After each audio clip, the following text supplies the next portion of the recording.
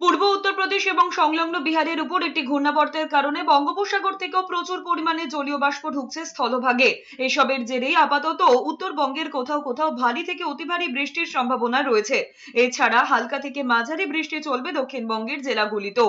বৃহস্পতিবার কলকাতা সহ দক্ষিণবঙ্গের প্রায় সব জেলাতেই কম বেশি ঝড় বৃষ্টির সম্ভাবনা রয়েছে, সঙ্গে 30 থেকে 40 কিলোমিটার বেগে ঝোড়ো হাওয়া বইবে। শুক্রবার ঝড় বৃষ্টি হতে পারে 24 পরগনা, পুরুলিয়া, বাঁকুড়া, পূর্ব এবং পশ্চিম বর্ধমান, বীরভূম, মুর্শিদাবাদ এবং নদিয়ায়। ওই জেলাগুলির জন্য হলুদ সতর্কতা জারি করা হয়েছে। এছাড়া শনিবার থেকে মঙ্গলবার পর্যন্ত দক্ষিণবঙ্গের কিছু কিছু জায়গায় বিক্ষিপ্তভাবে বৃষ্টি হতে পারে। উত্তরবঙ্গে আপাতত ভারী বর্ষণ চলবে। বৃহস্পতিবার কলকাতার সর্বনিম্ন তাপমাত্রা ছিল 27.7 ডিগ্রি সেলসিয়াস, স্বাভাবিকের চেয়ে যা 1.4 ডিগ্রি সেলসিয়াস বেশি।